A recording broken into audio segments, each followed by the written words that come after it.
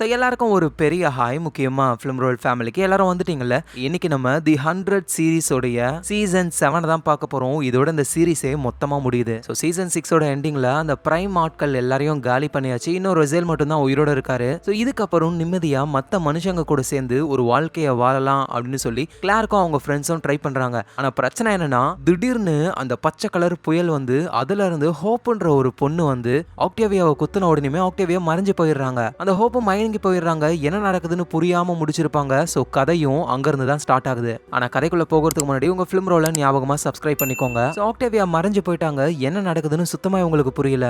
அதோட கண்ணுக்கே தெரியாத ஏதோ ஒரு ஃபோர்ஸ் ஒன்னு நம்ம பெல்லமியை அடிச்சு இழுத்துட்டு போகுது. இதை எக்கோவும் பாக்குறாங்க. அதோட அந்த ஃபோர்ஸ் எக்கோவையும் போட்டு பறக்க விடுது. கேப்ரியலையும் உடல ரெண்டு பேரையுமே சம்மாடி அடிக்குது. இவங்களும் வேகமா ஓடி போறாங்க. ஸோ இப்போ எக்கோவுக்கும் கேப்ரியலுக்கும் ஹெல்ப் பண்றது அந்த ஹோப்ன்ற பொண்ணு தான். அந்த பொண்ணுக்கு வந்து சுத்தமா எதுவுமே ஞாபகத்துல இல்ல. ஆனா அவங்க தான் உள்ள வந்து ஆக்டேவியாவோட பேரை சொல்லி கத்தியால குத்திருப்பாங்க. இதே மாதிரிதான் ஆக்டேவியாவும் அந்த பச்சை கலர் புயலுக்குள்ள போயிட்டு திரும்ப வரும்பொழுது எல்லாத்தையும் மறந்துருப்பாங்க. அதே மாதிரிதான் இந்த பொண்ணுக்கும் ஆகுது. அதோட இந்த ஹோப் வேற யாரும் கிடையாது, டியோசாவோட பொண்ணு அப்படின்னு கேப்ரியல் சொல்றாரு. அதோட ஒரு விஷயம் புரிஞ்சுக்கிறாங்க. அந்த பச்சை கலர் புயலுக்குள்ள போனா மனுஷங்க சாக மாட்டாங்க, வேற ஒரு இடத்துக்கு அவங்க போவாங்க. இது ஒரு போர்ட்டல் அப்படின்னு சொல்லி புரிஞ்சுக்கிட்டு நம்ம எக்கோ, கேப்ரியல், ஹோப் இவங்க மூணு பேருமே அந்த பச்சை கலர் போர்ட்டலுக்குள்ள போறாங்க. சோ இந்த நேரத்துல கிளார்க் வந்துட்டு சான்ஷாமுக்கு வந்துடுறாங்க. எல்லா மக்கள் கூடவும் சமாதானமா சந்தோஷமா வாழலான்னு ட்ரை பண்றாங்க. இன்னுமே ரசல் உயிரோட தான் இருக்காரு. ரசலுக்கு சப்போர்ட் பண்ற ஆட்களும் இருக்காங்க.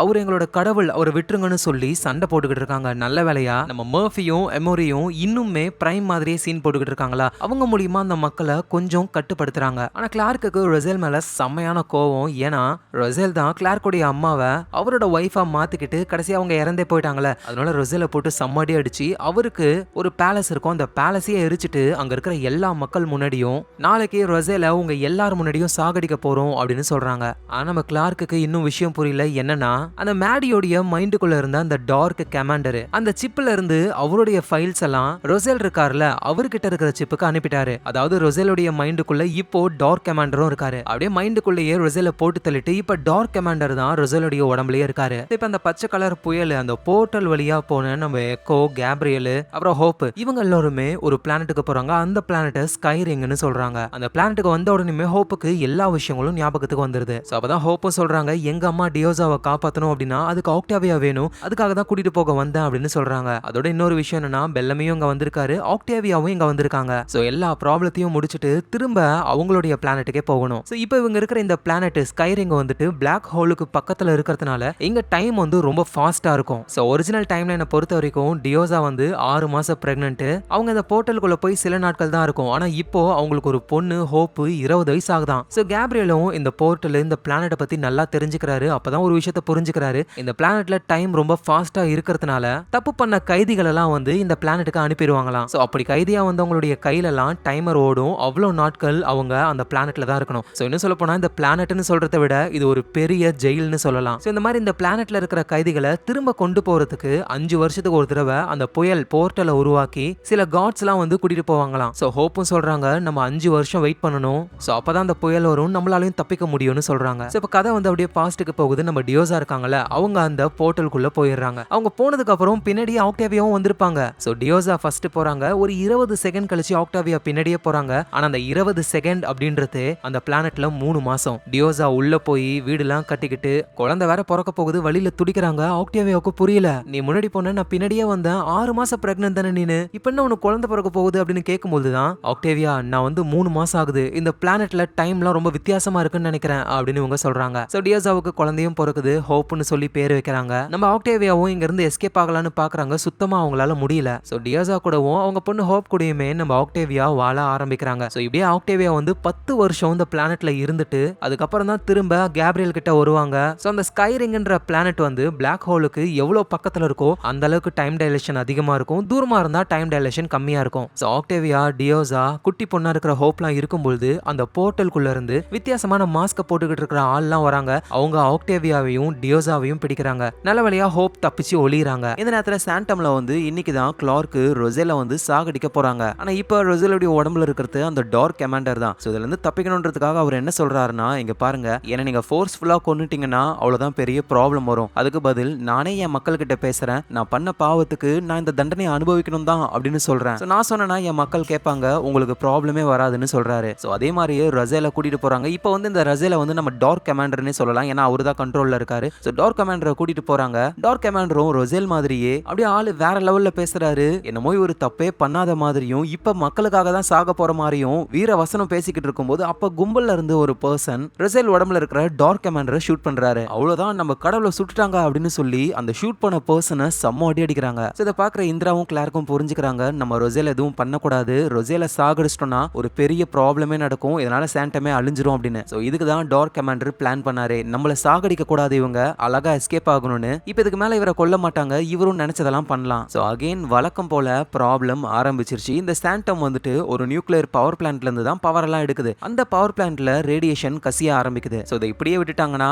அவ்வளவுதான், திரும்பவும் ஒரு அப்பாக்லிப்ஸ் நடந்துரும். சோ அதை தடுக்கணும்ன்றதுக்காக இவங்களுக்கு நிறைய ஆட்கள் வேணும். ரேவன் இந்திரா கிளார்க் கிட்ட இந்த விஷயத்த சொல்ல நேரா அங்க நிறைய கிரவுண்டர்ஸ் இருக்காங்கல்ல, அவங்க கிட்ட போய் ஹெல்ப் கேக்குறாங்க. ஆனா கிரவுண்டர்ஸ் யாருமே நீங்க சொல்ற ஆர்டர் எல்லாம் கேட்க முடியாது, எங்க லீடர் எங்க, மேடி எங்க அப்படின்னு சொல்லி கேக்குறாங்க. சோ மேடி ஆர்டர் போட்டாதான் இவங்க எல்லாரும் கேட்பாங்க. ரேவனுக்கு என்ன பண்றதுன்னு தெரியாம நம்ம டியாஸோட டீம் இருக்காங்கல்ல, ஃபுல்லா ஜெயில் கைதிகளா இருப்பாங்களே, அவங்க கிட்ட போய் ஹெல்ப் கேக்குறாங்க. அவங்களும் செய்ய ஒத்துக்கிட்டு நம்ம மர்ஃபி, எமோரி இவங்க எல்லாருமே அந்த நியூக்ளியர் பவர் பிளான்ட்டை சரி பண்ற வேலையில இறங்குறாங்க. சோ எப்படியும் அதை சரி பண்ணிடுறாங்க. ஆனா அந்த கைதிகள்ல சில பேர் இறந்து போயிடுறாங்களா, இதுக்கு ரேவன் தான் காரணம் அப்படின்னு ஒரு லேடி கைதி ரேவனை போட்டு செம்ம அடி அடிக்கிறாங்க. சோ இப்ப கதை அப்படியே பாஸ்ட்க்கு போகுது. அந்த ஸ்கைரிங்ன்ற பிளானட்ல நம்ம டியோசாவையும் ஆக்டேவியாவையும் அந்த மாஸ்க் போட்ட ஆளுங்க கடத்தி கொண்டு போயிட்டாங்க. பாவம் டியோசாவோட பொண்ணு ஹோப் வந்துட்டு யாருமே இல்லாம தனியா அங்க இருக்க ஆரம்பிக்கிறாங்க. அப்பதான் ஒரு நாள் வழக்கம் போல அந்த மாஸ்க் போட்டவங்கலாம் ஒரு கைதியை இந்த பிளானட்டுக்கு அனுப்புறாங்க. 10 வருஷம் அவர் இங்க இருக்கணும். சோ நார்மலா ஒரு 10 வருஷத்துக்கு தண்டனையை கொடுக்கறாங்க அப்படின்னா அந்த கைதி தண்டனையை முடிக்க நமக்கும் அந்த 10 வருஷம் ஆகிருக்கும். ஆனா இந்த பிளானட்ல டைம் டைலேஷன் ஆகிறதுனால கைதி எங்க அனுப்பிட்டா நம்மள பொறுத்த வரைக்கும் ஒரு நிமிஷம் தான். ஆனா அந்த கைதி இங்க 10 வருஷம் தண்டனையை அனுபவிச்சிருப்பாரு. சோ டைம் சேவ்ல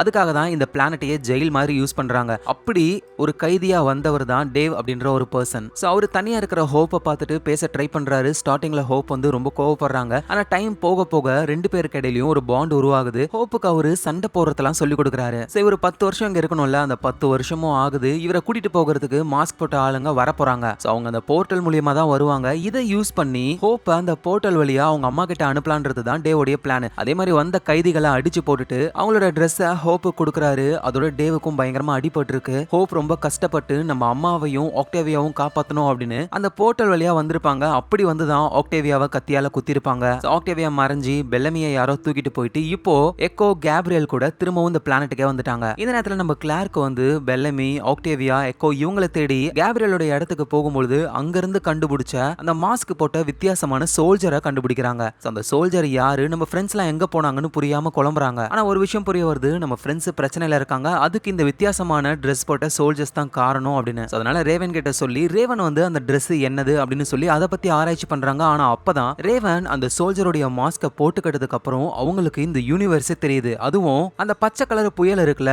அது ஒரு போர்ட்டல். இந்த போர்ட்டல் வழியா நம்மளால வேற வேற பிளானட்டுக்கு போக முடியும் அப்படின்னு எல்லாத்தையும் கண்டுபிடிக்கிறாங்க. அதோட ஒரு நோட்டிபிகேஷனும் வருது, கிளார்க்கோடைய போட்டோ போட்டு கிளார்க் ரொம்ப ஆபத்தானவ, அவளை பிடிக்கணும் அப்படின்னு. சோ அதுக்கு ஏத்த மாதிரியே கிளார்க்க பிடிக்கிறதுக்கு ஆட்கள்லாம் வராங்க. கன் பாயிண்ட்ல சுத்தி வளைச்சிட்டாங்க. கரெக்டான டைம்ல ரேவன் இந்த சோல்ஜர்ஸோட ட்ரெஸ்ஸை போட்டுக்கிட்டு அங்க இருக்கிறவங்கள காலி பண்ணிடுறாங்க. சோ அப்புறம் கிளார்க் கிட்ட விஷயத்த சொல்லி நம்மளோட ஃப்ரெண்ட்ஸ் பக்கத்துல இருக்கிற பிளானட்ல எங்கேயாவது இருக்கணும் அப்படின்னு ரேவன் இந்த சோல்ஜர் சூட்டை போட்டுருக்கிறதுனால அவங்களால எந்த பிளானட்டுக்கு போகணும்னு நினைக்கிறாங்களோ அதை சூஸ் பண்ணி போக முடியும். நிறைய பிளானட் இருக்கு, அதுல எது நம்ம ஃப்ரெண்ட்ஸ் மாட்டிக்கிட்டு இருக்காங்கன்னு தெரியல. அதனால ஒரு பிளானட்டை செலக்ட் பண்ணி போறாங்க. ஆனா தப்பான பிளானட்டுக்கு வந்துட்டாங்க போல. ஏன்னா அந்த பிளானட் ஃபுல்லாவே ஒரே பனியா இருக்கு. இந்த நேரத்துல ஸ்கைரிங்ல இருக்க நம்ம எக்கோ, கேப்ரியல், டியோஸோட பொண்ணு ஹோப் இவங்க எல்லாருமே 5 வருஷம் அங்கேயே இருந்து அகைன் அந்த பச்சை கலர் போர்ட்டல் உருவாகி சோல்ஜர்ஸ் எல்லாம் வருவாங்க. அவங்கள அடிச்சு போட்டுட்டு அந்த ட்ரெஸ்ஸோட பார்டோன்ற ஒரு பிளானட்டுக்கு போறாங்க. அங்க ஒரு ஏலியன் பொருள் மாதிரி இருக்கு, அதை யூஸ் பண்ணி தான் டெலிபோர்டேஷன் இவங்க பண்றாங்க. அதோட இந்த இடத்துல இங்க இருக்கிற எல்லாருக்குமே லீடர் மாதிரி நல்லா வெள்ள சொக்கா போட்டுக்கிட்டு ஃபாதர் மாதிரி ஒருத்தர் இருக்காரு.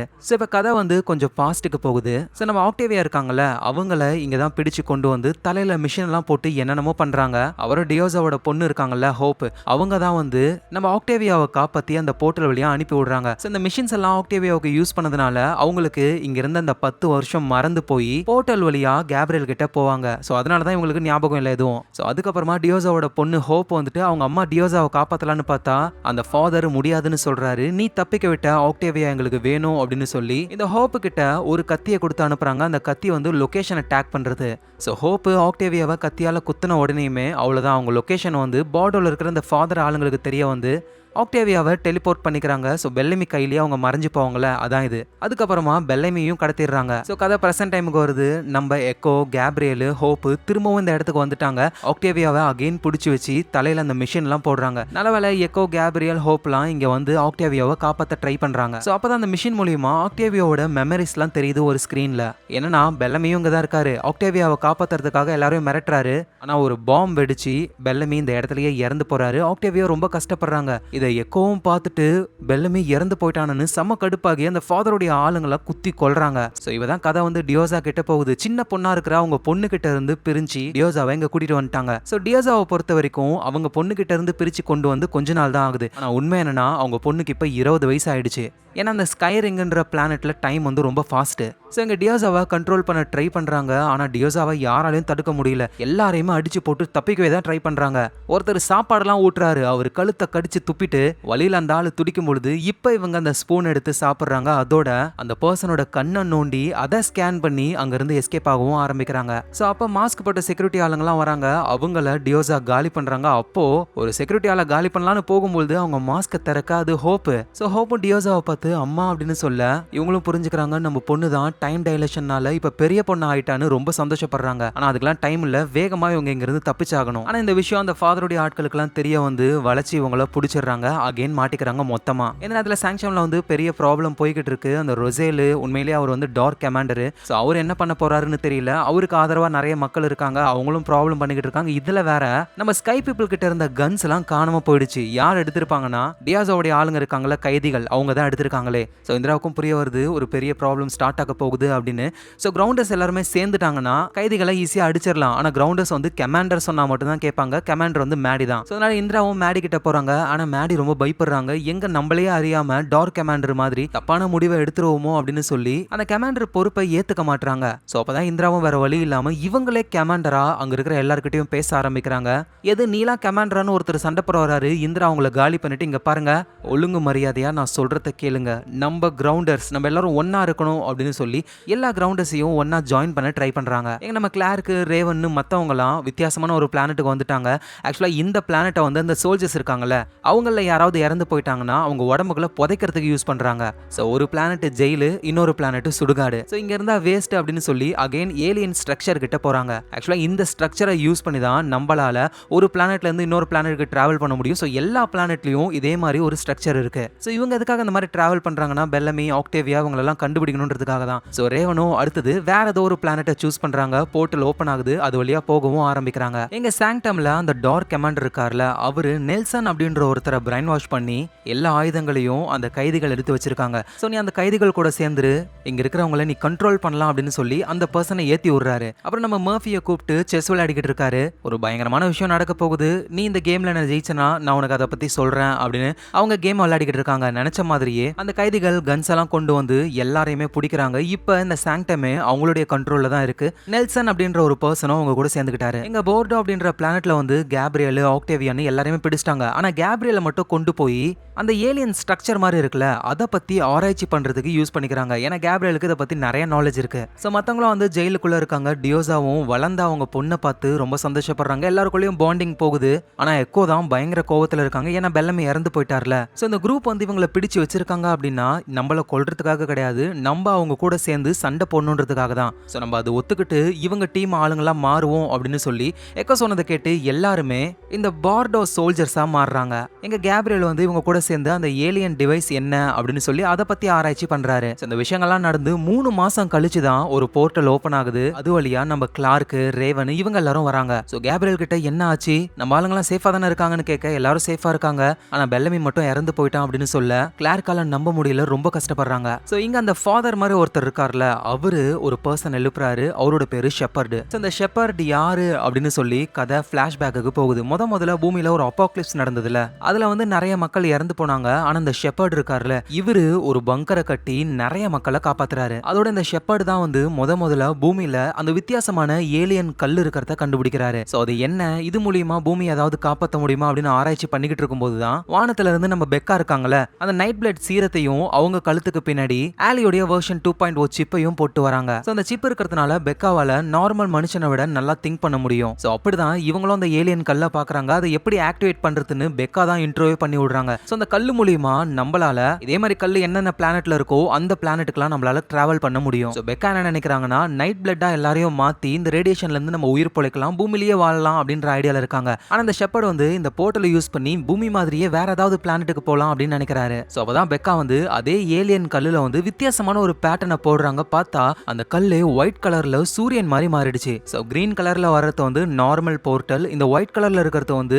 ரொம்ப அட்வான்ஸ்டான போர்ட்டல். அந்த போர்ட்டலுக்குள்ள பெக்கா போயிடுறாங்க. ஒரே செகண்ட்ல திரும்ப வந்துடுறாங்க. ஆனா பெக்காவுக்கு ரொம்ப நாட்கள் ஆன மாதிரி. என்ன ஆச்சு, என்னத்தை பார்த்த அப்படின்னு கேட்கும்போது தான் பெக்கா சொல்றாங்க, நம்ம உடனே இந்த கல்லை ஆஃப் பண்ணி ஆகணும், இது யாருமே இதுக்கப்புறம் யூஸ் பண்ண கூடாதுன்னு சொல்றாங்க. ஏன்னா இந்த நியூக்ளியர் வார்னால மனுஷங்க உண்மையா அழிய மாட்டாங்க, நான் ஜட்ஜ்மெண்ட் டேவை பார்த்தேன், உண்மையான மனித இனத்துடைய அழிவு அதுதான் அப்படின்னு சொல்றாங்க. ஆனா அந்த ஷெப்பர்ட் அதை கேட்காம இதை நம்ம யூஸ் பண்ணி தான் ஆகணும் அப்படின்னு சொல்லி பெக்காவை அரெஸ்ட் பண்ணிடுறாரு. ஆனா அந்த ஷெப்பர்ட் இருக்காருல, அவருக்கு ஒரு பொண்ணு இருக்காங்க கேலி, அவங்க வந்துட்டு பெக்காவை காப்பாற்ற ட்ரை பண்றாங்க. அப்பதான் பெக்கா சொல்றாங்க, என்ன காப்பாற்றத்தை விட நீ மனுஷ இனத்தை காப்பாற்றணும் அப்படின்னு சொல்லி அவங்களுடைய அந்த வெர்ஷன் 2.0 சிப்பையும் நைட் பிளட் சீரத்தையும் கொடுத்து இதை வச்சு உங்க கமாண்டரை செலக்ட் பண்ணி மனித இனத்தை வாழ வைங்க அப்படின்னு சொல்ல, சோ இந்த கேலி தான் அவங்க கூடவே இந்த சீரத்தினால மாறின நைட் பிளட் இவங்க எல்லாருமே சேர்ந்து அந்த பங்கரை விட்டு வெளியே போயிட்டு தனியா வாழ ஆரம்பிக்கிறாங்க. இவங்க தான் வந்து கிரவுண்டர்ஸா மாறுவாங்களே. சோ பெக்கா கிட்ட இருந்த சிப்பு வந்துட்டு கிரவுண்டர்ஸ் உடைய கமாண்டருக்கு ஒருத்தர் மாத்தி ஒருத்தர் போகும். சோ அந்த ஏலியன் கல்லை யூஸ் பண்ணி ஷெப்பர்ட் என்ன பண்றாருன்னா போர்ட்டல கிரியேட் பண்ணி அவரு பார்டோ அப்படின்ற ஒரு பிளானட்டுக்கு வந்துருவாரு. சோ அங்க ஒரு கல்ட் குரூப்புக்கு லீடரா இருப்பாரு ஆளு. அங்க தப்பு பண்றவங்கள வந்து ஸ்கைரிங் அப்படின்ற ஒரு பிளானட்டுக்கு அனுப்பிடுவாங்க. அங்க டைம் டைலேஷன் ரொம்ப அதிகமா இருக்கும். அப்புறம் இறந்து போனவங்கள இன்னொரு பிளானட்டுக்கு அனுப்புவாங்க, அது கோல்டா இருக்கும். சோ இப்படின்னு ஒரு வாழ்க்கையை வாழ்றாங்க. ஆனா ஷெப்பர்டுக்கு ஒரு டவுட் என்னன்னா, அந்த ஜட்ஜ்மெண்ட் டே என்ன, அதுல இருந்து மனித இனத்தை காப்பாத்தணும் அப்படின்றதுக்காக அந்த ஏலியன் கல்லை வந்து ஒயிட் கலர்ல மாத்தணும் அப்படின்னு நினைக்கிறாங்க. சோ அதுக்கான ஆராய்ச்சி தான் இவங்க பண்ணிக்கிட்டு இருக்காங்க. அதோட அந்த வெர்ஷன் 2.0 சிப் இருக்குல்ல, அந்த சிப்னால இந்த பேட்டர்னை கண்டுபிடிக்க முடியும். அதோட அந்த ஜட்ஜ்மெண்ட் டேக்கு சண்டை போறதுக்கு பலமான ஆட்கள் வேணும். அதுக்காக தான் நம்ம ஆக்டேவியா டியோசாவெல்லாம் 3 மாசமா ட்ரைனிங் கொடுத்துக்கிட்டு இருக்காங்களாம். அதோட அவங்க தலையில அந்த ஸ்கேனர்லாம் போடுறது என்னன்னா, அந்த பேட்டர்னை பத்தின ஏதாவது நினைவுகள் உங்களுக்கு இருக்குமான்னு செக் பண்றாங்க. சோ கிளார்க் வந்து அந்த வெர்ஷன் 2.0 சிப்பை யூஸ் பண்ணவங்க மேபி அவங்களுடைய மைண்ட்ல கண்டிப்பா இந்த பேட்டர்னை பத்தி ஏதாவது இருக்கலாம், சோ ஹெல்ப் பண்ணு அப்படின்னு சொல்லி இந்த ஷெப்பர்ட் கேட்கறாரு. நம்ம கிளாருக்கு முடியாதுன்னு சொல்றாங்க. பெல்லமி இறந்து போனதுக்கு நீ பதில் சொல்லணும், அதோட எங்க மத்த ஃப்ரெண்ட்ஸ் எங்கன்னு கேட்கும்போது ஷெப்பர்டும் கூப்பிடுறாரு. பார்த்தா நம்ம எக்கோ, டியோசா, ஆக்டேவியா இவங்க எல்லாருமே இந்த ஷெப்பர்டோடைய ஆட்களாவே ஒரு சோல்ஜராவே மாறி நிக்கிறாங்க. நம்ம எக்கோ, ஆக்டேவியா, டியோசா இவங்கலாம் வந்து இந்த குரூப் கூடவே ஜாயின் பண்ணிட்டாங்கல்ல, 3 மாசம் ட்ரைனிங்கை எடுத்து இந்த இடத்தோடைய ஒரு சோல்ஜராவே ஆயிட்டாங்க. ஆனா நம்ம டியோசாவோட பொண்ணு இருக்காங்கல்ல, அவங்க எந்த ட்ரைனிங்லையும் பாஸ் பண்ண முடியாம இதுக்கு உனக்கு தண்டனை இருக்கு அப்படின்னு சொல்லி அந்த டைம் டைலேஷன் ஆகிற பிளானட் இருக்குல்ல ஸ்கைரிங், அந்த பிளானட்டுக்கு 5 வருஷம் அனுப்பி விட்டுறாங்க. சோ மத்த 3 பேர் நம்ம டியோசா, எக்கோ, ஆக்டேவியா இவங்க பக்காவான சோல்ஜராவே ஆயிடுறாங்க. இந்த நேரத்துல சாங்டம்ல வந்து அந்த கைதிகள் ஃபுல்லா கண்ட்ரோல்ல இருக்காங்கல்ல, அவங்கள ஒரு வழியா சமாளிச்சு ப்ராப்ளம் சால்வ் ஆயிடும்னு பார்த்தா இந்த ரொசேல வந்து கடவுளா நம்பிக்கிட்டு இருக்கிறவங்க எல்லாம் ரொம்ப ஓவரா பண்றாங்க. இந்திராவும் செமையா கடுப்பாக்குறாங்க. அதோட இந்திரா, மர்ஃபின்னு ஒரு சில முக்கியமானவங்களுக்கு மட்டும் தான் தெரியும் ரொசேல் உடம்புக்குள்ள டார்க் கமாண்டர் இருக்காரு அப்படின்னு. ஆனா அங்க இருக்கிற மக்களை பொறுத்த வரைக்கும் இவரை ரொசேல்னு நம்புறாங்க. அதனால கோவமா இருக்கிற அந்த மக்கள் கிட்டயே டார்க் கமாண்டரை விட்டுறாங்க. டார்க் கமாண்டரும் எல்லாரையுமே கொலை பண்ணிடுறாரு. அதோட இவரு டார்க் கமாண்டர் அப்படின்ற விஷயம் கிரவுண்டர்ஸை சேர்ந்த ஆட்களுக்கு தெரிஞ்ச உடனே இப்ப லீடர் இல்லாம தானே இருக்காங்க. இந்திரா என்னமோ பேசி லீடர் மாதிரி இருந்தாலும் இப்ப உண்மையான டார்க் கமாண்டர் வந்ததுக்கு அப்புறம் அவரை எல்லாரும் லீடரா ஏத்துக்கிறாங்க. சோ இதுக்கப்புறம் டார்க் கமாண்டர் சொல்றதை தான் கிரவுண்டர்ஸ் பண்ணுவாங்க. இந்த மாதிரி ஒரு லாக்ல இப்ப இந்திரா, மர்ஃபி இவங்க எல்லாரும் மாட்டிக்கிறாங்க. அந்த டார்க் கமாண்டர் நேரா மேடியை மீட் பண்றாரு. மேடியும் பயப்படுறாங்க. ஏன்னா ஆல்ரெடி இவங்க மண்டைக்குள்ள டார்க் கமாண்டருக்கும் மேடிக்கும் இடையில பயங்கரமான சண்டை நடந்திருக்கும். இப்ப அவரு வேற ஒருத்தருடைய உடம்பையே கண்ட்ரோல் பண்ணி வந்துட்டாரு. சோ அதுக்கப்புறமா அங்க இருக்கிற கிரவுண்டர்ஸ் கிட்ட எல்லாம் இனிமே நான் தான் உங்க லீடர்னு சொல்ல இந்திரா முடியாதுன்னு தடுக்கிறாங்க. அப்பதான் கமாண்டருக்கான போட்டி நடக்க ஆரம்பிக்குது. சோ இந்திராவும் நம்ம டார்க் கமாண்டரும் சண்டை போட்டுக்க ஆரம்பிக்கிறாங்க. டார்க் கமாண்டர் இந்திராவை ரொம்ப ஈஸியாவே காலி பண்ணிடுறாரு. ஆனா இடையில அந்த மேடி உள்ள புகுந்து டார்க் கமாண்டருடைய ஒரு சைடு கண்ணை நோண்டி விட்டுறாங்க. சோ என்னதான் பண்ணாலும் டார்க் கமாண்டர் தான் வின்னு. சோ அவர் தான் இதுக்கப்புறம் கிரவுண்டர்ஸ் உடைய லீடர். சோ கிரவுண்டர்ஸ் அவர் சொல்றதை தான் கேட்பாங்க. அதனாலேயே நம்ம மர்ஃபி, மோரி இவங்க எல்லாருமே உயிர் பிழைக்கிறதுக்காக மறைஞ்சு இருக்காங்க கமாண்டர் கிட்ட இருந்து. இந்த நேரத்துல நம்ம கிளார்க் வந்து அவங்க ஃப்ரெண்ட்ஸை காப்பாத்தலாம் தான் வந்திருக்காங்களே அங்க. ஆனா நம்ம டியோசா, ஆக்டேவியா, எக்கோ இவங்க எல்லாருமே கிளார்க் சொல்றது கூட கேட்காம முழு அடியாளாவே மாறிட்டாங்க. கிளார்க்குக்கும் புரியல ஏன் இப்படி நடந்துக்கிறாங்கன்ட்டு. ஆனா அப்புறம் தான் தெரிய வருது இவங்க நடிச்சுக்கிட்டு இருக்காங்க. அதோட டியோசாவோட பொண்ணு ஹோப் இருக்கல, அந்த பொண்ணை வந்துட்டு அந்த டைம் டைலேஷன் பிளானட்டுக்கு அனுப்பி உடனே கூட்டு வந்துட்டாங்க. இவங்களை பொறுத்த வரைக்கும் ரொம்ப சீக்கிரம். ஆனா ஹோப்பை பொறுத்த வரைக்கும் 5 வருஷம் அவங்க அந்த பிளானட்ல இருந்திருக்காங்க. சோ கொண்டு வந்து இங்க ஜெயில மாதிரி உட்கார வச்சிருக்காங்க. ஏன்னா ஹோப் தான் சொல்றதை கேட்கவே தெரியல. அதுக்கப்புறமா எக்கோவும் ஹோப் கிட்ட அவங்களுடைய பிளான சொல்றாங்க. ஒரு மோசமான வைரஸ் மாதிரி ஒண்ணு, இத தண்ணில கலந்து விட்டோம்னா எல்லாருமே செத்து போயிடுவாங்க அப்படின்னு ஒரு பிளான போடுறாங்க. சோ அதே மாதிரியே எக்கோவும் ஹோப்பும் அந்த பயோ வெப்பனை தண்ணில கலக்கலான்னு ட்ரை பண்ணும்போது கிளார்க் மத்தவங்களாம் வந்து தடுக்கிறாங்க. ஏன்னா ஆல்ரெடி நம்ம கிளார்க் வந்து அவங்க ஃப்ரெண்ட்ஸை காப்பாற்றணும்னு நிறைய அப்பாவி மக்களை கொன்னு இருக்காங்க. அப்படி கொன்னா நிம்மதியா நம்மளால வாழவே முடியாது, அதை பண்ணாத அப்படின்னு தடுக்கும் பொழுது எக்கோவும் யோசிக்கிறாங்க. ஆனா அந்த ஹோப் இருக்காங்கல்ல, டியோசாவோட பொண்ணு, அவங்க அங்க இருக்கிற ஃபாதரை போட்டு தள்ளிட்டு அந்த பயோ வெப்பனை கலக்கலான்னு போகும்போது ஒரு சொட்டு தண்ணில பட்டுச்சுன்னா அவ்வளவுதான். ஆனா அதுக்கு முன்னாடி டியோசா கையை குறுக்குல விட்டு அவங்க மேல அந்த பயோ வெப்பன் பட்டு அவ்வளவுதான், அப்படியே கிறிஸ்டல் மாதிரி அவங்க உடம்புல பரவ ஆரம்பிச்சு டியோசா இறந்தே போறாங்க. அதுக்கப்புறம் என்ன பண்ணலாம் அப்படின்னு சொல்லி கிளாரு மத்தவங்க எல்லாம் யோசிச்சுக்கிட்டு இருக்கும் போதுதான் அங்க ஷெப்பர்ட் வராரு. உங்களுக்காக நான் ஒருத்தரை கூட்டிட்டு வந்திருக்கேன் அப்படின்னு கூட்டிட்டு வராரு. பார்த்தா அது பெல்லமி தான். பெல்லமி பாம்பு வெடிச்சு இறந்து போயிட்டாரே அப்படின்னு நம்ம நினைச்சா அதான் கிடையாது. அந்த பாம்பு வெடிக்கிறதுக்கு ஒரு செகண்டுக்கு முன்னாடி போர்ட்டல் மூலியமா அவர் வேற ஏதோ ஒரு பிளானட்டுக்கு போயிட்டாரு. அந்த பாம்பு பிளாஸ்ட்ல இவர் கூடவே நம்ம ஷெப்பர்டோட ஆள் ஒருத்தரும் வந்திருக்காரு. ஸ்டார்டிங்ல 2 பேரும் சண்டை போட்டுக்கிட்டாலும் திரும்ப இவங்க அந்த இடத்துக்கு போகணும்னா அந்த ஏலியன் ஸ்டோனை கண்டுபிடிக்கணும். அது மலை உச்சில இருக்கு. சோ 2 பேருமே சேர்ந்து தான் போறாங்களே. அதோட ஒரு கட்டத்துல மலைக்கு மேல இருக்கிற ஒரு குகையில மாட்டிக்கிட்டாங்க. வெளியே பனி புயல் அடிச்சுக்கிட்டு இருக்கு. வெளியே உங்களால போகவே முடியாது. இப்படியே போச்சுன்னா செத்துருவாங்க. அப்பதான் அந்த பர்சன் சொல்றாரு பெல்லமி கிட்ட, நீ ப்ரே பண்ணு அப்படின்னு சொல்ல பெல்லமியும் ப்ரே பண்ண ஆரம்பிக்கிறாரு. பார்த்தா அவரு கண்ணு முன்னாடி அந்த ஷெப்பர்ட் வராரு. ஷெப்பர்ட் பெல்லமியை கூட்டிட்டு போக அங்க இறந்து போன பெல்லமியோடைய அம்மா இருக்காங்க.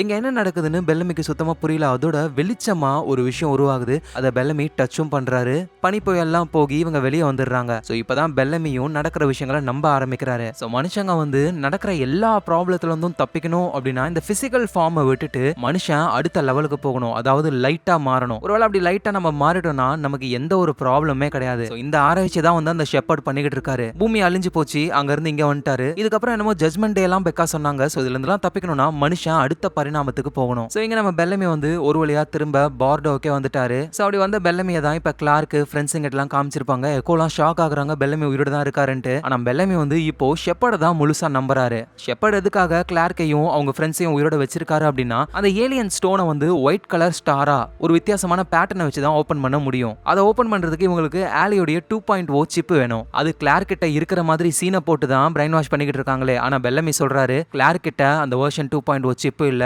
மேடின்ற ஒரு பொண்ணு கிட்ட இருந்தது. அந்த பொண்ணுக்கும் ப்ராப்ளம் வந்ததுன்னு அதை எடுத்துட்டோம், அது உடஞ்சு போயிடுச்சுன்னு சொல்றாரு. சோ இதை வச்சு பிளாக்மெயில் பண்ணி இங்க இருந்து தப்பிக்கலாம்னு பார்த்தாங்க. ஆனா பெல்லமி உண்மையை உடைச்சிடுறாரு. அந்த அளவுக்கு ஷெப்பர்டோடைய ஒரு ஆளா மாறிட்டாரு. இவங்க எல்லாருமே ஷாக் ஆகுறாங்க. சாலியோடைய வெர்ஷன் 2.0 சிப் அது எங்க இருக்கு அப்படின்னு கிளார்க்கு மட்டும் தான் தெரியும். சோ அந்த நம்ம பெல்லமி வந்து கேட்டுக்கிட்டு இருக்காரு. கிளார்க்கும் இவனுக்கு என்ன ஆச்சு, நம்ம இங்க இருந்து தப்பிக்க முடியும் அப்படின்னு சொல்ல, நம்மளால இங்க இருந்து தப்பிக்க முடியாது, அதோட என்னால ஷெப்பர்ட் கிட்ட போய் சொல்ல முடியாது ஏன்னு கேட்கும்போது தான் ஷெப்பர்ட வந்து நம்ம பெல்லமி முழுசா நம்புறாரு. மனுஷங்க நம்மளால ஒரு லைட்டா மாற முடியும், அதுக்கு நம்ம அந்த கடைசி வாரான ஜட்மெண்ட் டேல ஜெயிக்கணும் அப்படின்னு சொல்ல, கிளார்க்கும் பெல்லமி இதெல்லாம் நீ நம்புறியா, அது பொய் அப்படின்னு சொல்ல, எது பொய், நம்ப முடியாத விஷயம் தான் நடந்துகிட்டு இருக்கு. ஒரு ஏஐ அது நியூக்ளியர் பாம்பை போட்டு பூமியவே அழிச்சுது. அதே ஏஐ வந்து சிட்டி ஆஃப் லைட்ஸ்னு ஒரு உலகத்தையே உருவாக்கி நம்ம மைண்ட் அதுக்குள்ள போக ட்ரை பண்ணுச்சு. இதெல்லாம் நம்பணும்ல, இதையும் நம்ம நம்பிதான் ஆகணும், இது உண்மைதான் அப்படின்னு அவரு சொல்றாரு. சரின்னு கிளார்க்கும் நான் ஹெல்ப் பண்றேன், ஆனா நம்ம ஃப்ரெண்ட்ஸ் எல்லாம் பத்திரமா சாண்டமுக்கு போகணும் அப்படின்னு சொல்ல, அதே மாதிரியே போர்ட்டல் எல்லாம் கிரியேட் பண்ணி அவங்கள அனுப்புறாங்க. அப்படி போனவங்களும் சாண்டமுக்கு போவாங்கன்னு பார்த்தா அப்படி கிடையாது.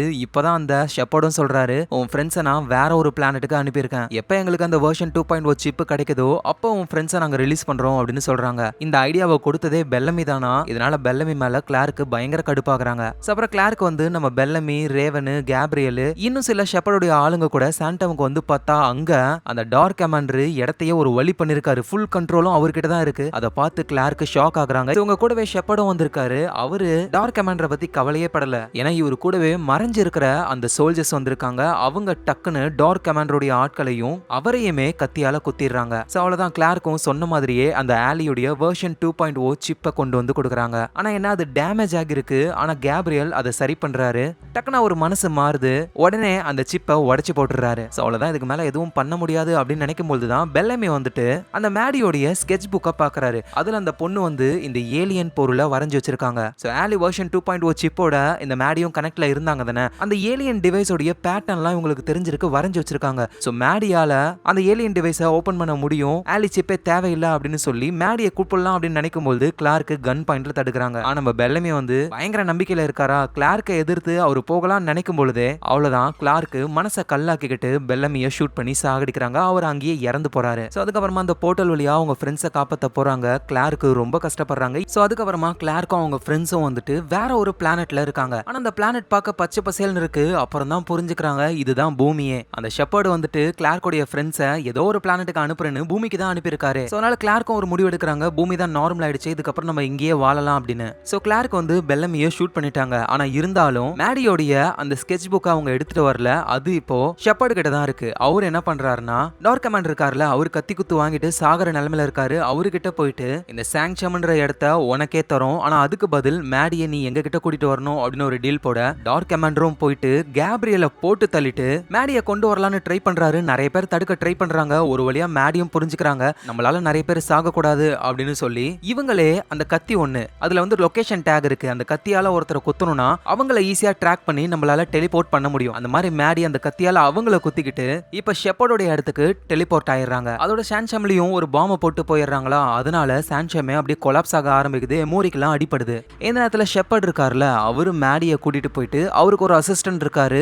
ரெண்டு பேருமே சேர்ந்து மேடியோடைய பிரைன்குள்ள தேட ஆரம்பிக்கிறாங்க. ஏன்னா அந்த ஏலியன் பொருளை வந்து ஒயிட் கலர்ல ஒரு ஸ்டார் மாதிரி மாத்தணும், அதுக்காக தான் ஷெப்பர்ட் இப்படி பண்றாரு. ஸோ அதை ஆக்டிவேட் பண்ணணும் அப்படின்னா ஒரு குறிப்பிட்ட பேட்டர்னை நம்ம போடணும். அது வந்து இந்த ஆலியோடைய வெர்ஷன் 2.0 சிப்பை போட்டவங்களுக்கு தான் தெரியும். ஆனா இப்போ அந்த சிப்பு மொத்தமா அழிஞ்சு போயிடுச்சு. ஆனா இருந்தாலும் மேடியோடைய மெமரிஸ்ல அது இருக்கும்னு சொல்லி தேட ஆரம்பிக்கிறாங்க. இவங்க எந்த அளவுக்கு ஆழமா தேடுறாங்களோ அந்த அளவுக்கு மேடியோட உடம்பு ரொம்ப மோசமாக ஆரம்பிக்குது. ஸோ இந்த விஷயம் வந்து ஷெப்பர்டுடைய அந்த அசிஸ்டன்ட்டுக்கு பிடிக்கவே இல்லை. அவர் எப்படியாவது மேடியை காப்பாற்றணும்னு நினைக்கிறாரு, ஆனா முடியாதுல. அட்லீஸ்ட் மேடியை காப்பாத்துறவங்களையாவது இங்க வர வைக்கலாம் அப்படின்னு சொல்லி நம்ம கிளார்க்கையும் ஆக்டேவியாவையும் இங்க வர வைக்கிறதுக்கான வேலையை பார்க்க ஆரம்பிக்கிறாரு. பார்த்தா அவங்க இங்க வரவே இல்லை. ஸோ அப்பதான் தெரிய வருது, போர்ட்டலை யூஸ் பண்ணி யாரும் இங்க வரக்கூடாதுன்னு ஷெப்பர்டு லொகேஷனை மாத்திட்டாராம். ஸோ இந்த அசிஸ்டன்ட் மூலியமா நம்ம கிளார்க்கும் ஆக்டேவியாவும் அப்படியே மறைஞ்சு போய் மேடி இருக்கிற இந்த பிளானட்டுக்கு தான் வராங்க. ஆனா அந்த ரூம்குள்ள வராம வெளியே ஒரு இடத்துல இருக்காங்க. சுத்தி ஃபுல்லா ஷெப்பர்டுடைய ஆளுங்க. ஸோ கிளார்க்கும் ஆக்டேவியாவும் ஷெப்பர்டுடைய ஆளுங்க கிட்ட மாட்டிக்கிறாங்க. எங்க பில்டிங் கொலாப்ஸ் ஆனதுனால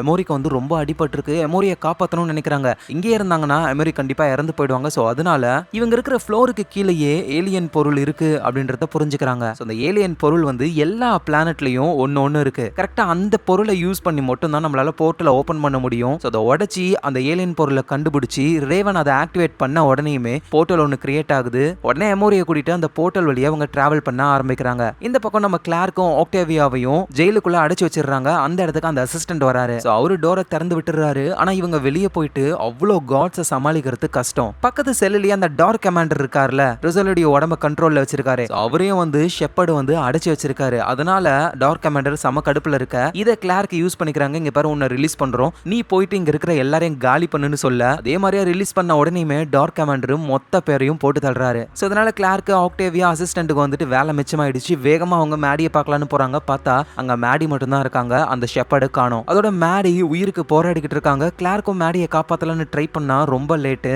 மேடி அந்த இடத்துலயே இறந்து போறாங்க. அதோட அந்த அசிஸ்டன்ட் ஒரு விஷயத்த புரிஞ்சுக்கிறாரு. மேடியோடைய மெமரிஸ்ல இருந்து அந்த ஏலியன் பொருளை ஒயிட் கலர் ஸ்டார் மாதிரி மாத்திர கோட கண்டுபிடிச்சிட்டாரு ஷெப்பர்டு அப்படின்னு புரிஞ்சுக்கிறாங்க. சோ வேகமா இவங்க ஷெப்பர்டை தடுத்தே ஆகணும். ஏன்னா அந்த ஏலியன் பொருளை அந்த ஒயிட் கலர்ல மாத்தினதுக்கு அப்புறம் என்ன நடக்க போகுதுன்னு யாருக்குமே தெரியாது. எங்க கிளார்க்கோ மேடி இறந்து போனதை நினைச்சு ரொம்ப கஷ்டப்படுறாங்க. சோ அவ்வளவுதான், காப்பாத்தணும்னு நினைச்ச மேடியே இறந்து போயிட்டாங்க. இதுக்கப்புறம் நமக்கு யாரு இருக்கான்னு கிளார்க்கு சுத்தி இருக்கிற எல்லாரையும் போட்டு தள்ளிட்டு அந்த ஷெப்பர்டை தேடி வராங்க. பார்த்தா ஒரு ரூம்ல ஆல்ரெடி அந்த ஷெப்பர்டு அந்த ஏலியன் பொருளை ஒயிட் கலர் ஸ்டாராவே மாத்திட்டாரு. இதுக்கப்புறம் என்ன ஆகும் அப்படின்னு இவங்க அப்படியே ஷாக்ல பாக்குறாங்க. இந்த பக்கம் எமோரிக்கு வந்துட்டு ட்ரீட்மெண்ட் பாக்குறாங்க. எமோரி பல்ஸ் ரொம்ப வீக்கா இருக்கு, ரத்தமும் அதிகமா போயிடுச்சு. சோ அதனால மர்ஃபி வந்து ரத்தம் கொடுக்கறாரு. ட்ரீட்மெண்ட் போய்கிட்டு இருக்கு. ரேவனும் ஷெப்பர்டு தான் இது எல்லாத்துக்கும் காரணம்னு பயங்கர கோவத்துல அங்க இருந்து வராங்க. சோ இப்ப ஷெப்பர்டு வந்து வித்தியாசமான ஒரு இடத்துல இருக்காரு. அந்த ஏலியன் பொருளை ஒயிட் கலர்ல மாத்திட்டாரு. ஆக்சுவலா அதுவும் ஒரு போர்ட்டல் தான். ஆனா அது வந்து ஒரு பூமிக்கும் இன்னொரு பூமிக்கும் இடையிலான போர்ட்டல் கிடையாது, வேற ஒரு யூனிவர்ஸுக்கு போற போர்ட்டல். அப்படிதான் ஷெப்பர்டு வந்து ஏதோ ஒரு யூனிவர்ஸுக்கு வந்திருக்காரு.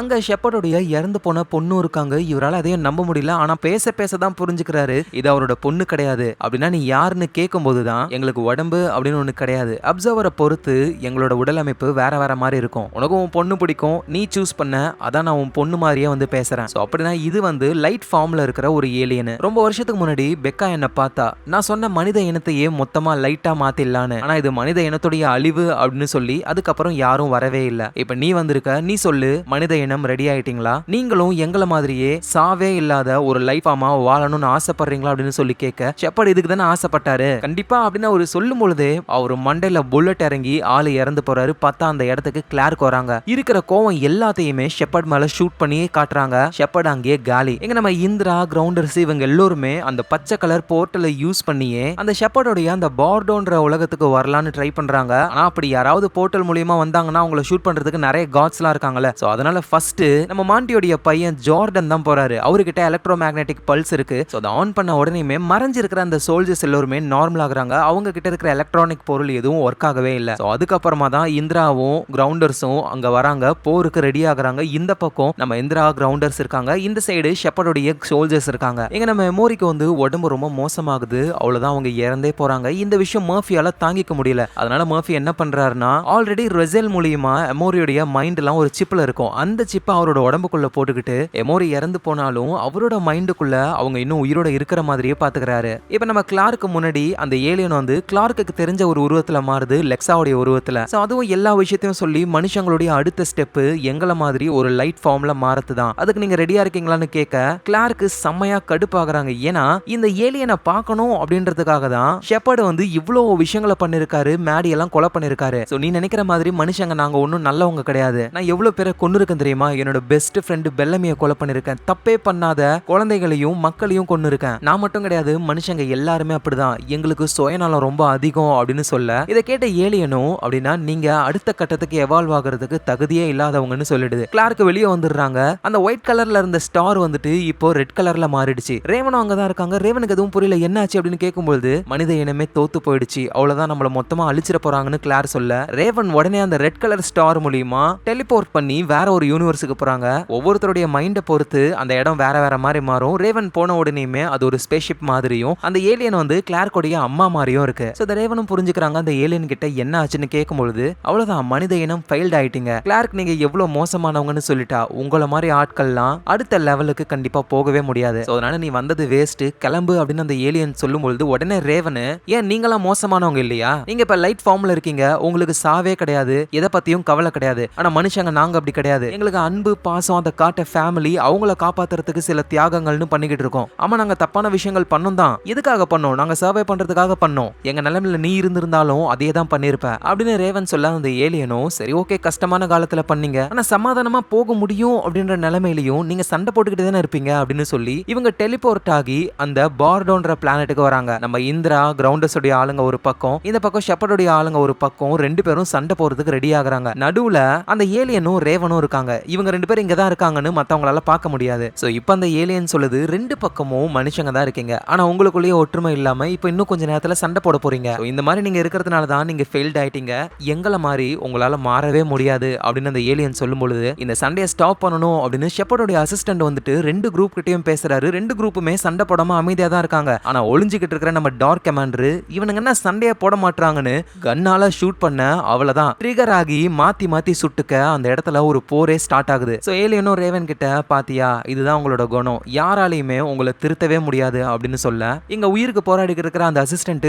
ஆக்டேவியாவும் காப்பாத்த ட்ரை பண்றாங்க. ஆனா அவர் என்ன சொல்றாருன்னா இந்த போரை நம்ம ஸ்டாப் பண்ணணும், நம்ம இப்படியே சண்டை போட்டுக்கிட்டு இருந்தோம்னா இன்னும் கொஞ்ச நேரத்துல மனித இனமே அழிஞ்சிரும், ப்ளீஸ் இந்த போரை எப்படியாவது நிப்பாட்டுன்னு சொல்ல ஆக்டேவியாவும் வேகமா ஓடி போய் இப்ப அவங்க கத்துறாங்க. சோ ரெண்டு குரூப்புமே ஸ்டாப் ஆகுறாங்க. ஆக்டேவியா பேசறத கேக்குறாங்க. மனித இனத்தை காப்பாத்தணும்னு தான் நம்ம ரெண்டு குரூப்புமே நினைச்சுக்கிட்டு இருக்கோம், ஆனா ஒருத்தர் கூட ஒருத்தர் சண்டை போட்டுக்கிட்டு மனித இனத்தையே அழிக்க போறோம். இதுக்கப்புறம் நமக்குள்ள போர் கிடையாது, நம்ம எல்லாருமே ஒரே இனம் மனுஷங்க, ப்ளீஸ் இந்திரா புரிஞ்சுக்கோ அப்படின்னு ஆக்டேவியா பேசும்போது தான் இந்திராவும் அவங்க கையில இருக்கிற கத்தியை கீழே போட்டுறாங்க. ஏன்னா ஆக்டேவியா சொன்னது சரிதான், சண்டை போட்டு நம்மளால எதையும் சாதிக்க முடியாதுன்னு கிரவுண்டர்ஸ் எல்லாருமே ஒத்துக்கிறாங்க. அதே மாதிரிதான் ஷெப்பர்டோடைய ஆட்களும் நம்ம தப்பு பண்ணிட்டு இருக்கோம்னு புரிஞ்சு அந்த போரே ஸ்டாப் ஆகுது. சோ இத பாக்குற ஏலியனுக்கு புரியல, ரேவனும் இதுதான் மனுஷங்க, இதுதான் எங்களுடைய உண்மையான குணம், சோ அதனால நாங்க ஒன்னும் ஃபெயில்ட் ஆகல, எங்களுடைய சந்தர்ப்ப சூழ்நிலை தான் எல்லாத்துக்கும் காரணம் அப்படின்னு சொல்லும் பொழுது ஏலியனும் அதை புரிஞ்சுக்குது. அதனால மனுஷங்களுக்கு அடுத்த லெவல் எவல்யூஷனோ கொடுக்குது. அங்க இருக்கிற எல்லாருமே லைட்டா மாற ஆரம்பிக்கிறாங்க. சோ அவ்வளவுதான், லைட்டா மாறிட்டாங்கன்னா காட் லெவல், அவங்களுக்கு சாவு கிடையாது, நிம்மதியான ஒரு லைஃபை வாழலாம். உயிரோட இருக்கிறவங்க மட்டும் கிடையாது, இறந்து போனவங்களுமே லைட்டா மாற ஆரம்பிக்கிறாங்க. அப்படின்னா பெல்லமி மேடி இவங்களுமே லைட்டா மாறி ஒரு காட் லெவல் பொசிஷனுக்கு போறாங்க. சோ எல்லாரும் லைட்டா மாறினதுக்கு அப்புறம் நம்ம கிளார்க் இருக்காங்கல்ல அவங்க மட்டும் தான் இருக்காங்களே. சோ கிளார்க் அவங்க ஃப்ரெண்ட்ஸ் எங்க அப்படின்னு சொல்லி தேட ஆரம்பிக்கிறாங்க. எல்லா பிளானட்டுக்கும் போறாங்க போர்ட்டலை யூஸ் பண்ணி, ஆனா எங்கேயுமே அவங்க ஃப்ரெண்ட்ஸ் இல்ல. கடைசியா அவங்க திரும்ப ஒரிஜினல் பூமிக்கே வராங்க. சோ பூமியில இருந்த ரேடியேஷன் மொத்தமா போகி பூமியே திரும்ப பழைய மாதிரி பச்சை பசேல்னு மாறிடுச்சு. ஆனா இப்ப பூமியில இருக்கிற ஒரே மனுஷங்க நம்ம கிளார்க் தான். சோ கிளார்க்கும் புலம்பிக்கிட்டே இருக்காங்க, தனி ஒரு ஆளா கண்டிப்பா என்னால இருக்க முடியாது, இவங்களுக்கும் லைட்டா மாறணும்னு ஆசையா இருக்கு. சோ அப்பதான் நம்ம கிளார்க்கு முன்னாடி லெக்ஸா உருவத்துல அந்த ஏலியன் வருது. அது ஒரு விஷயத்த சொல்லுது. கடைசி நேரத்துல மனுஷங்க எல்லோருமே நல்லவங்க அப்படின்னு ப்ரூவ் பண்ணிட்டீங்க. சோ அதனால எல்லாருமே காட் லெவலுக்கு மாறியாச்சு. மேடியும் ரொம்ப சந்தோஷமா இருக்கா, பெல்லமியும் ஹாப்பியா இருக்கான். உடனே கிளார்க்கும் எல்லாம் ஓகே, ஆனா நான் மட்டும் தனியா இருந்து என்னால என்ன பண்ண முடியும்? ஏன்னா கிளார்க், நீ மோசமான விஷயங்கள் பண்ணிருக்க, அதுக்கு தண்டனை உனக்கு கிடைச்சே ஆகணும்ல. அதோட உனக்காகவே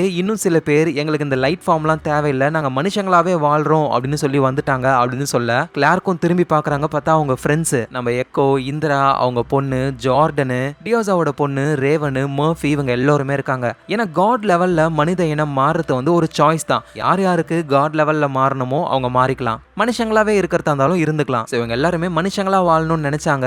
இப்போ இதுக்கப்புறம் பூமியில வாழ போறாங்க. நம்ம கிளார்க்குக்கும் அவ்வளவு சந்தோஷம், ஏன்னா தனியா இல்லை இவங்க, அவங்க ஃப்ரெண்ட்ஸ் இருக்காங்க. அதனால வேகமா அவங்க ஃப்ரெண்ட்ஸ் கிட்ட போயிட்டு ஜாயின் பண்ணி இதுக்கப்புறம் இந்த பூமியில இவங்க தான் மனிதர்களுடைய எதிர்காலம். ஒன்னா ஹாப்பியா இதுக்கப்புறம் அவங்க வாழ போறாங்க. இந்த இடத்துலயே தி 100ன்ற சீரீஸ் மொத்தமா முடியுது. மனித இனம் எங்க அழிஞ்சதோ அங்கேயே தான் திரும்ப ஆரம்பிக்குது. உண்மையிலே ஒரு நல்ல சீரீஸ் தான், ஆனா என்ன ரொம்ப பெருசு. இதை முடிக்கிறதுக்குள்ள போதும் போதும் ஆயிடுச்சு. ஏன்னா 7 சீசனு அவ்வளோ பெருசு. இந்த கேப்ல எனக்கு ஃபீவரு அது இதுன்னு வந்து ரொம்ப லேட் ஆயிடுச்சு. இதுக்கப்புறம் இவ்வளோ பெரிய சீரீஸ் பண்றேன் அப்படின்னா எல்லாத்தையுமே ஃபினிஷ் பண்ணிருந்ததுக்கு அப்புறம் தான் அப்லோடே பண்ணணும். அதோட நிறைய கேப் விட்டதுனால நீங்க எல்லாரும் மறந்து போயிருப்பீங்க. ஸோ திரும்ப பழைய ஃபார்முக்கு வரணும். ஸோ தொடர்ந்து மூவிஸையும் சீரீஸையும் நம்ம பார்க்கலாம். நீங்க வந்திருக்கிற இடம் ஃபிலிம் ரோல். ஞாபகமா உங்க ஃபிலிம் ரோலை சப்ஸ்கிரைப் பண்ணி உங்க சப்போர்ட்டை கொடுங்க. நாளைக்கு நம்ம வேற லெவல் மூவில பார்க்கலாம். Lots of love guys.